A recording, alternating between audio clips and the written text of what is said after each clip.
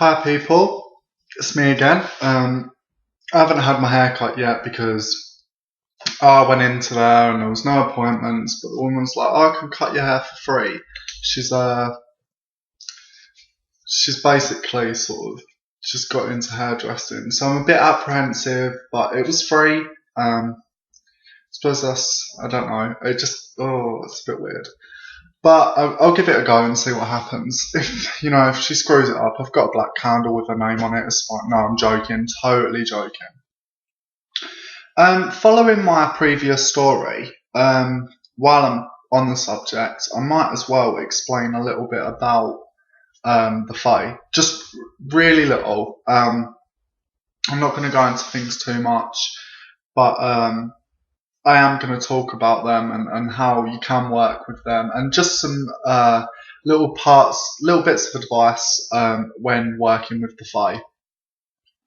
Now, in terms of mythology and folklore, witches and warlocks have a history with the Fae, with the little people.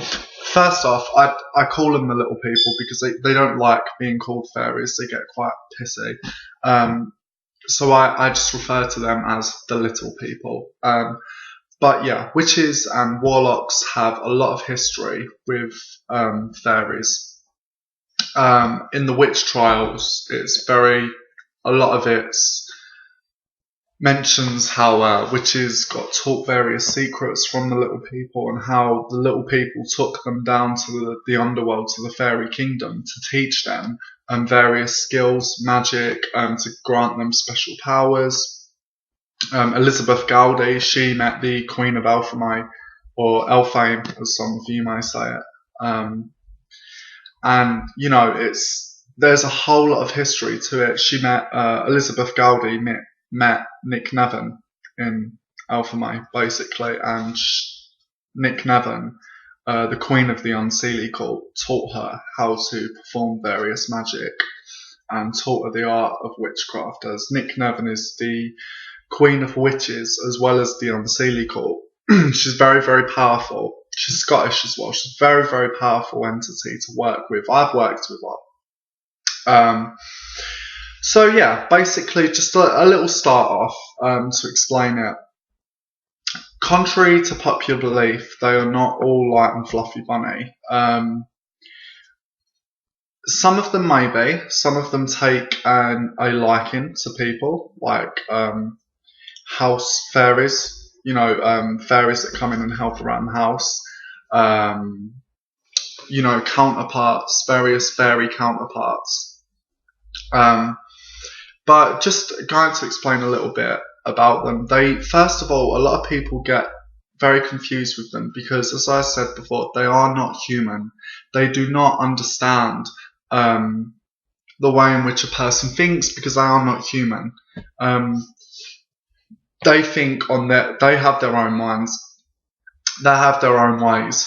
And when it comes to people, some of you may really be liked by the little people, and some of you might not. And that's how it goes normally. Normally with fairy folk, they tend to like certain people. I've been very lucky, and so has my partner. They both really take a liking to us, and they do help us as well. They do a lot of things for us. So yeah, they have a lot. Some people they like, some people they don't, and that is it. They come in cults as well. You get fairy cults. Two examples are the Seelie and the Unseelie. Now, Seelie and Unseelie actually stems from the Victorian times, and it was just a way to explain different types of fae that you get. But the Seelie are not light and fluffy, but they're more light. They're lighter beings. They are they will help people. Some of them, but they are more on the lighter side of things. They are more not positive. Well, yeah, actually, they're more on the benevolent side. And then you get the Unseelie, and then these are the darker fairies, the fairies that can be very malevolent, the fairies that can destroy things. Like they're very. I mean, the Seelie can destroy people and things and kidnap people, but the Unseelie are more of a risk to dabble in.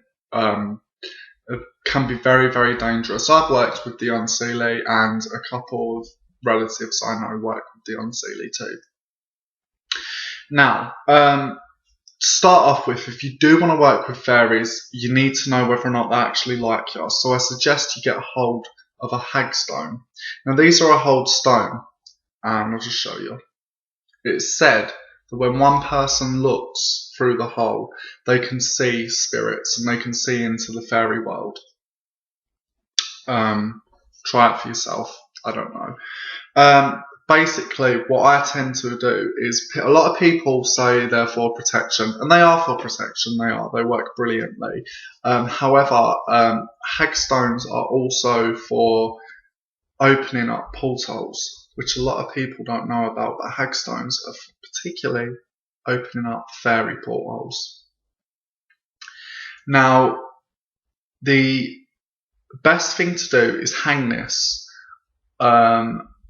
anywhere where there's a doorway, so over a door or in a window, like over a windowsill. So when there's entrances, you hang it over the entrance. That is where they come through. I would say then give it a couple of weeks, literally, because this is quite a risky thing. When before you know that it's quite a risky thing you're doing, because if they don't like you, you will know about it. So it's entirely up to you. I'm taking no responsibility. I'm just showing you how I work with them. Then what you need to do is you need to speak to them. You need to ask them, do you want me to work with you? And you'll know. You'll go to a woods and you will find a tree that is split in the middle. And it is said these wishing trees, these fairy trees, are portals, but also in ways to make a wish. And what you do is you stand at one side of the tree, and as you go over in between the two split branches, you make your wish, or you state your intention. Now, you go to the tree and you ask, little people, do you want to help me? Do you want to work with me? And you walk over the tree, and you'll find out you will. When I done it, I asked, and right below, upon the ground, there was stabbed into the ground an iron knife. So I took that knife out, and by taking that knife out, that was in a way making a contract with the spirits. That was the spirits going, yes, we can work with you if you do this for us, which I did. They like offerings of milk and honey as well. So I would suggest asking that question and then leaving milk and honey on an altar. Because they'll get really pissed off if you don't really give them anything. They're very easy to aggravate, and they're very mischievous as well. You'll notice things will go missing, like lighters will go missing from pockets, keys will go missing, anything. They're very mischievous spirits, they are. Then, if they do want to work with you, there's an exercise here, in which I'm going to tell you. What you do is you need to lay your compass, and then you need to do all the things that you do before you lay your compass, as everyone's different. Everyone's own ritual is personal. And then you need to imagine, go into a meditative state, and just, you can even burn herbs or anything to get you into that trance. You need to go into a trance. And imagine you are standing on a well that spirals down in stairs. And you need to imagine that you walk down these stairs. You go in a spiral down and down these stairs. And then you get to a door. And this doorway, you knock. You knock 3 times, and you'll know whether or not they want you to come in. If they don't want you to come in, you don't work with them. Too much of a risk. If they do, you go in and you will see a room full of people, and there, you could see some terrifying stuff. You could see some really nice stuff. I don't know. It's all your personal journey. It's what happens to you. And you will see a king and a queen sitting on a throne, and you will ask them politely if they could give you a helper to work with, to give you a counterpart, a spiritual ally. And then out of that crowd, someone will step forward. That is your counterpart. That is your fairy counterpart. And you take them and you go back up through the world with them, and you take them out into the world around us, into the mundane. And they will pop up and you will feed them offerings, and you develop a relationship with that counterpart. And they will guide you. They will protect you when it comes to all the other fae, all the other little people, because that's what they do. They protect you and they make sure that you're okay and nothing dodgy happens to you. Because fairies have a history of kidnapping people as well. If they like people, they take them. They take them down to the fairy kingdom sometimes. And so that's what a counterpart will stop. It will stop being kidnapped, suddenly disappearing from this life, suddenly anything bad happening to you.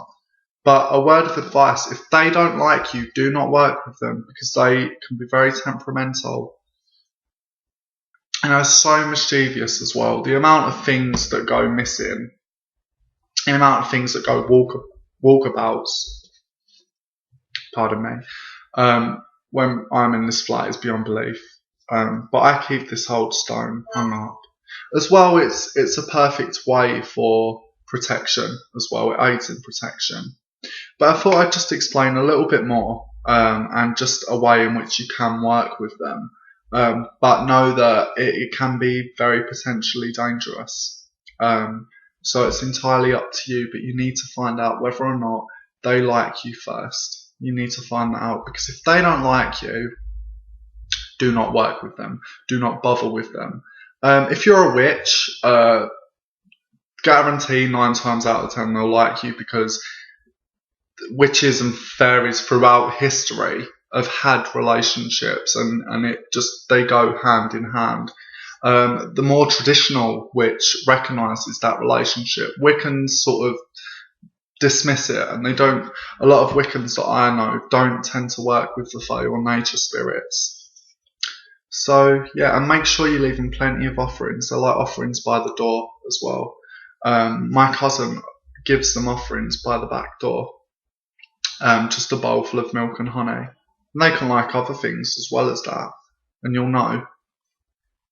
But yeah, hold stone if you ever want to contact the fae, and there are some instructions. Let me know how you get on. Over and out.